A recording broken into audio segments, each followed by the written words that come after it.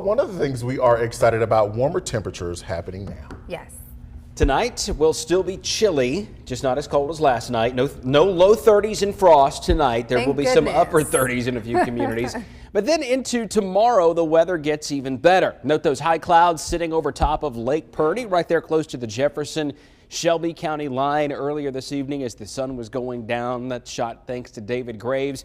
Tomorrow, we'll see a partly cloudy sky, some more clouds and even a few showers around on Monday during the eclipse, but it is not a hopeless situation if you want to view the event. And then we get into next week, and that's where the flash flood potential is getting higher and higher for Wednesday, and that's why we're calling it an impact day. And we can go way down to the southwest and track the source of the high thin clouds that we've had today.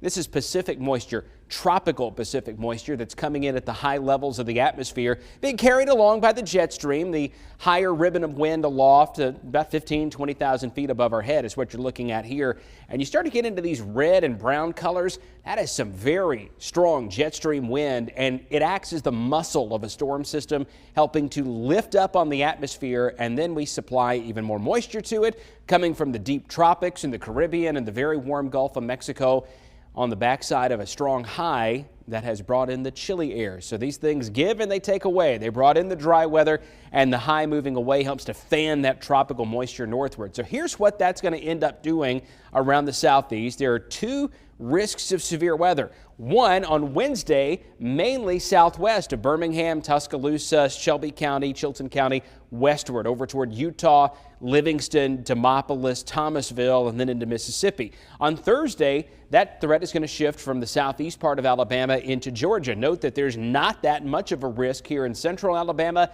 and that's because as all this is moving in, I think it's mainly just heavy rain for us.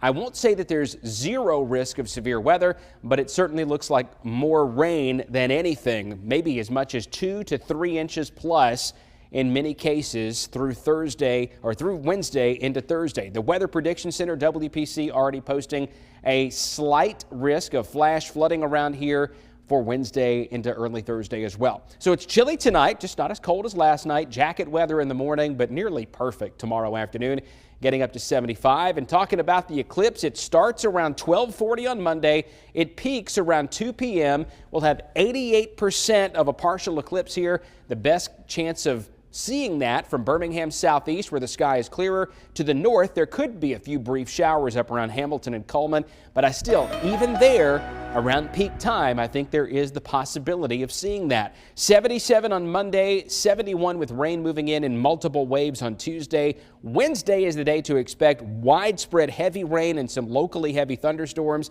Showers are likely still through early Thursday, then we're a bit drier and mild toward the end of next week. You're watching WVTM 13 News.